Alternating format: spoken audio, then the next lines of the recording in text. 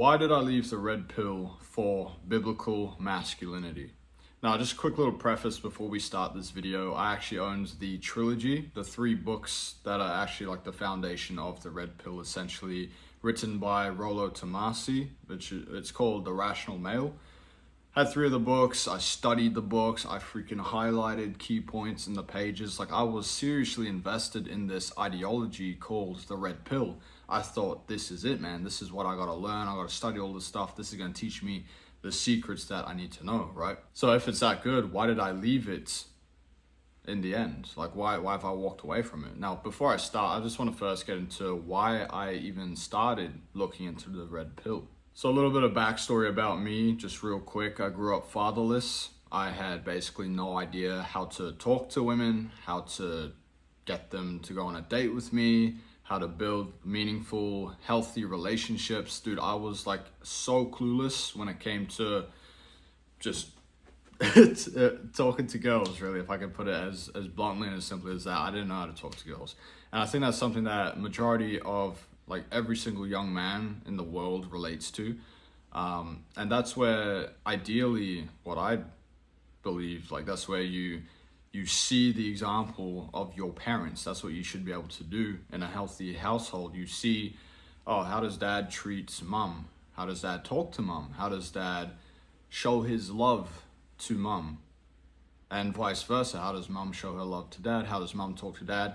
You're supposed to grow up seeing the masculine, feminine dynamic in your household. Your parents are supposed to set the example of what love is between a man and a woman. Ideally, supposed to be in marriage in a holy covenant before God. That's supposed to be the example that you see. Now, the issue is a lot of us are either growing up nowadays with either no father figure, an absent father figure, or just a deadbeat sort of dad that doesn't really care. He's got so much like past grief or pain, or maybe he's so caught up in work trying to pay for the bills because cost of living is going up that he's just not really present, right? It's just the time that we live in, right? And that's why I think a lot of guys actually, they follow the same thing that I did. I didn't know how to talk to girls. I barely remember the example my dad set because my dad died before I even turned 13. So I was just basically left to figure it out myself. I'm not gonna ask my mother, how do I talk to girls? Because there's this really nice analogy, right, where it goes, you don't ask the fish how to catch fish, you ask the fisherman, right? So I follow that, and essentially, if I put my ego aside here and I'm just full transparency, I started to search up online how to talk to girls, right? Because, you know, when you're 13 up, you're going through high school and all that, your hormones start going, you start going through puberty and stuff, you know, test starts going up a little bit. You start actually being like attracted to girls. How do you talk to them? Well, I don't freaking know. I can't even ask my dad because he's now 6 feet under, right? So what do? Like, start searching online how to talk to girls. And that's where I found some of the early like red pill content creators just through the vids they were making, right? All their videos, their content, how to talk to girls, how to approach a girl, how to get their number or whatever. You start watching pickup artists and stuff. That's essentially how I got into the red pill to begin with. And I found it super helpful because like, oh, cool, I'm learning all these cool things I didn't know about, right? From my perspective, guys that have been there, done that. So I'm obviously going to listen to them because they clearly have the success that I was looking for, right? So essentially that's how I got into the red pill, which is 1 + 1 = 2. For some naive kid, right?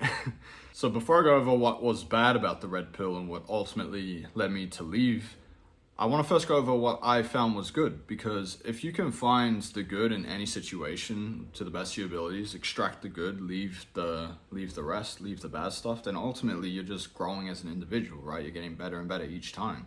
Same with failure. Failure, you can always learn something, okay? You can always extract the good. To a certain extent, of course. So what I found really good was learning about how promiscuous women behaved, their psychology, you could say like the red flags, and just understanding their behavior and how they act, how they sort of think and their mannerisms and stuff, just being able to understand this type of woman in front of me. just being able to see all that just through slight subtle cues. Okay, not going psychoanalysis, but just they start to, once you read a lot of it, it's just there. It just becomes obvious. It's like if you were colorblind your whole life, now you're able to see colors you couldn't see before. It's just so obvious. It's right in front of you, right? And another thing that I found super valuable was actually learning about something called frame. Now, if you don't know what frame is, it's essentially, in my words, it's basically body language. Frame is when you have strong, masculine, dominant, I hate using the word because it's cringe, but alpha body language. That was actually super valuable to me personally because, as I said, growing up fatherless, I don't know how to carry myself as a man because my dad is no longer existent, right? Like everything manhood and masculinity, I really struggled with. So just body language, just knowing how to carry myself as a young man with confidence, because confidence is what I really struggled with, and learning about frame really helped my confidence. I did psychoanalyze frame and stuff, like holding eye contact with people for way too long and stuff. That is part of frame, is holding eye contact. But nowadays, I genuinely don't care, because it's like that bell curve when you're learning about body language and frame and stuff. At the start, you don't even realize body language is a thing. You don't even think about it. You don't really care about it, right? Then you start learning about body language and you go, holy doodly, I gotta be aware of everything at once, right? I gotta be aware of my eye contact, my posture, where my toes pointing, and all this weird stuff, my hand language, all sorts of stuff. And then you get into the tonality of your voice. There's so much to like think about, and it's just like a weird psychoanalysis. Then you come down after that curve, after you've been so conscious about all of that, and you just stop caring, because you just learned what naturally works best for you, if I put it simply, right? So yeah, essentially I found that really good, learning about body language, because that actually helped me out when I was working a sales job, being able to read people's subconscious cues, because I believe that 80% of communication is actually through your body language. It's all subconscious. Okay, it's not so much about what you say, it's about how you say it, right? And that helped me actually make money through sales, was learning about frame way back when I was obsessed about the red pill. It's crazy, but it just shows as an example that you can take the good out of something bad and use it for something good, right? Making more money, I can take my girlfriend now on beautiful dates, right? Because I'm making more money from what I learned from the freaking red pill. So it's, use it to your benefit, essentially. Okay, so with that all out of the way, what made me leave? Because this all sounds pretty good, right? I'm learning about body language, I'm learning about how to spot red flags, essentially, in promiscuous women and all that. So why did I leave if this sounds pretty good, right? One of the biggest issues that I found with the red pill and being in the red pill communities and forums and groups and all that sort of stuff is that the red pill members, right, the guys that are a part of the red pill community, they love to sit around and complain about the behavior of promiscuous women. But these same guys are also promiscuous men. So it's different sides of the same coin. They are complaining about the women counterparts to who they actually are as men. So it doesn't make sense, does it? And as proof of why the red pill makes you a promiscuous man is one of the most basic fundamental theories of the red pill is they teach you about spinning plates. That was one of the first things that I learned was spinning plates. What is spinning plates? For those of you that don't know, spinning plates is like a circus trick back in the day when they would like spin a lot of plates and try to keep it from smashing. If one plate smashed, oh well, you just throw another plate up there and you keep bloody spinning it, right? The plates represent women. So it teaches young men, that you should be spinning plates, right? Having multiple girls simultaneously in your life that you're dating and sleeping with and yada, yada, yada, yada. That's the male equivalent of the promiscuous women that these same red pill guys are complaining about. It's different sides of the same coin, as I said earlier. It's extremely hypocritical. And so they're complaining about women being promiscuous while they're being promiscuous men, and then they want these promiscuous women to be less promiscuous. You know how you get women to be less promiscuous in a society? It's by, as the man, you choose one woman to be your wife, you start a family, you have a holy covenant before God through marriage. That's how it's done. Because it's ultimately men who lead society. If the men are being promiscuous and allowing promiscuous behavior to flourish, then of course we're going to have a promiscuous society. Of course, women are also going to be promiscuous. It is the men that lead, okay? So if we start standing against promiscuity, we start leading through example, we choose, like I said, one woman, get married, have kids, have a family before God. That's how it's going to improve. Instead of complaining on the forums and being the exact person that you're complaining about, you lead by example. And this is going to make me sound like the biggest white knight simp ever, but it is what it is. Whatever you want to think about me, this is just the truth, and full transparency, I'm going to say it. There's no love in the red pill. It is just lust. You guys are using women as objects for your own pleasure. Okay, I know that sounds like the biggest white knight simp thing ever to come out of my freaking mouth, but it's the truth, okay? There's no love. And the reason why these red pill guys actually exist is because they've been hurt in their past by a female, and they haven't healed from that, so they're just using females as objects of their own sexual pleasure. That's essentially what it boils down to. If we strip back and look at what the root cause of this is, it's essentially that. And on the flip side of the exact same coin, the promiscuous women are actually women that have been hurt by a male in their past. So you guys are the same coin, just different sides. So that's essentially why I left. I realized this is just a mess. This is just lust.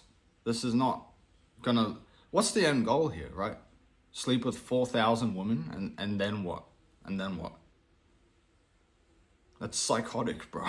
So why is biblical masculinity better? Biblical masculinity looks at the example that Jesus Christ left for us. He is the perfect standard of what a man is to be. He sacrificed himself out of love so that we may have eternal life and not have to be thrown into hell for our sin. Through this, we can see that love is actually the most masculine emotion that there is. The Bible says in John chapter 15, verse 13, and I'm going to read it so I get it right word for word. Greater love has no one than this, than to lay down one's life for his friends. The Bible also says in Psalm 23 verse 2, He makes me to lie down in green pastures. He leads me beside the still waters.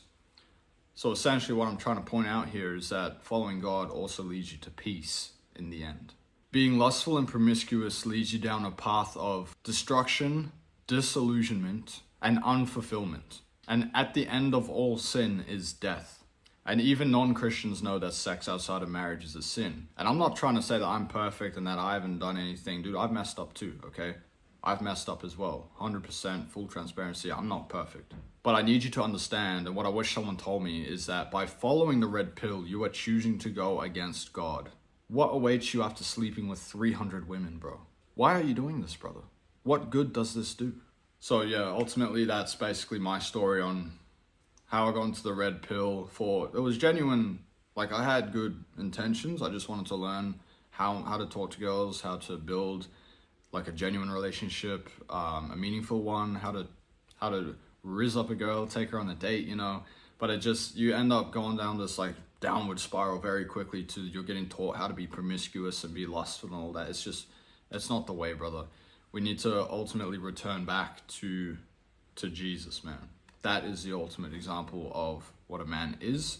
And in the Bible, we can see how love is shown, okay? There's passages in the Bible that talk about how a man is supposed to love his wife, where actually in the Bible it says as well that the bride of Jesus is his church. And we see how God loved the church so much that, you know, Jesus died on the cross for the church, basically, for all of us, right?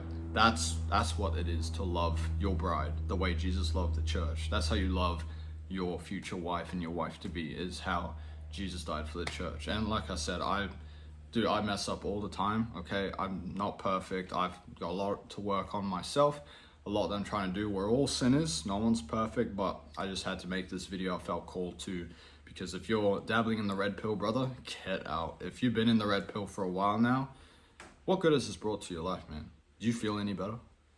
I guarantee you don't. And if you think you do, you're in a state of complete disillusionment, okay? Just wake up, rub the sand from your eyes. And with all being said, brother, if you need any help with anything, my DM's always open on Instagram, so go DM me there if you need help with anything. Reach out to me, I'm always there for you guys. And with all being said, I will see you in the next video. Peace.